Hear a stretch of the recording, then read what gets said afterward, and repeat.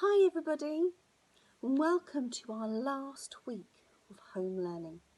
I can't believe how far we've come and how proud we are of all of you, mummies and daddies included. It's so lovely being able to do stories for you and to hear about what you've been up to, and we've been so impressed by all your work. And Mrs. Delaney and I thought that today we would do something a little bit different. This week there isn't a story. We're going to see if you can remember the stories that we've been doing with you. So I've got here my magic book, and inside are some clues to some of the stories that we've been learning together. Let's see if you can remember. I'm going to open up my box. Ooh, the first one is a hen. And this hen lays golden eggs. Can you remember which story this might be from? Yes, it's from Jack and the Beanstalk, the very first story we did right at the beginning of lockdown.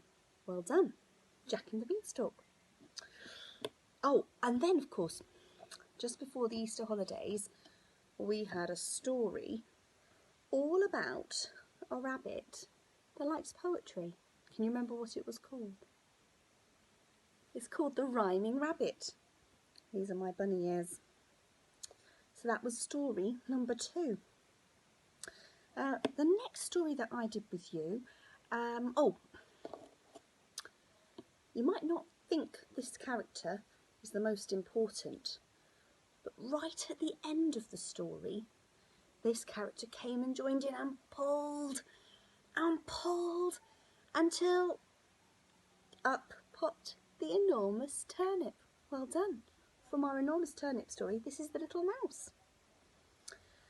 And then the next story that I did with you, this is an easy one. Hope you can see this. It's a little goat. Which story had a goat in it? Yes, of course, it was the 3 Billy Goats Gruff, who went trip, trap, over the bridge. So those ones have been pretty easy so far.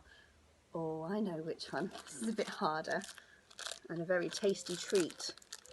Which story had some sweeties in it? Can you remember? Yes, Hansel and Gretel, who ate all the sweeties from the house, didn't they? And got tricked by the witch. I better not eat these belong to my little boys. And then the next story I did, this is the silliest hat of all. Yes, it was the elves and the shoemaker, who helped the shoemaker and were very, very kind. And the last story, which is probably pretty easy as we only did it last week, has a beautiful white swan in it. Do you know which story it might be? Yes, of course, it's The Ugly Duckling. Well done. We've done loads of stories together, and Mrs. Delaney's done some of the stories too with you, and she's got a little game for you now, so I'm going to hand you over to Mrs. Delaney. Thank you, Mrs. Rice-Oxley. Hello, badgers and squirrels. I can't believe that this is the final week of home learning. You have all been amazing, and we've been so impressed with all the wonderful work that we've seen you do. As it's the final week, I thought it would be fun if we played a little game. Would you like to join in? Come with me. On this tray, I have 5 objects from the 5 stories that I have told you since home learning began. Look carefully and see if you can work out which story each object is from. Did you guess them all? Well, let me give you the answers. The Gingerbread Man is obviously from the story of the Gingerbread Man. The Wolf Mask is from Little Red Riding Hood. The Scrubbing Brush is from the story of Cinderella, and poor Cinderella had to scrub the floors. The Hare is from the story of the Hare and the Tortoise. And the Bowl of Porridge Oats is from the story of the Magic Porridge Pot. Did you get them all right? Well done if you did. Now today I've had a visit from the fairy godmother from the Cinderella story, and she's going to help us with our game. Now she's a little bit shy, so you're not going to see her face, but you are going to see her magic wand. She's going to wave her magic wand over these objects on the tray and make one of them disappear. You need to work out which one has gone. Shall we have a go? Let's try.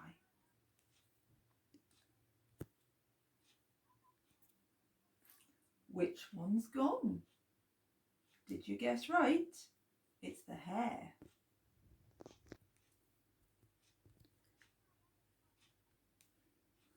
Which one has gone this time? That's right, it's Cinderella's scrubbing brush.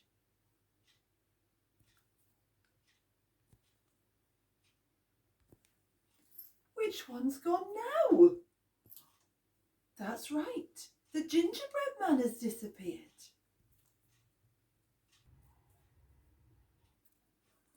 Which one this time? That's right, the porridge oats. Look, children, the tray is empty. Can you remember the last thing that disappeared? That's right, it was the wolf mask from Little Red Riding Hood. I'm going to ask the fairy godmother to bring all the items back now.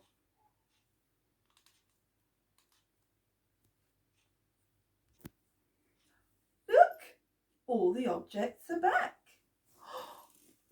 Oh dear. I think the fairy godmother must have been feeling a little bit hungry because the poor gingerbread man has come back without his head. Did you enjoy that game, children? I hope you've enjoyed listening to the stories as much as I've enjoyed telling them to you.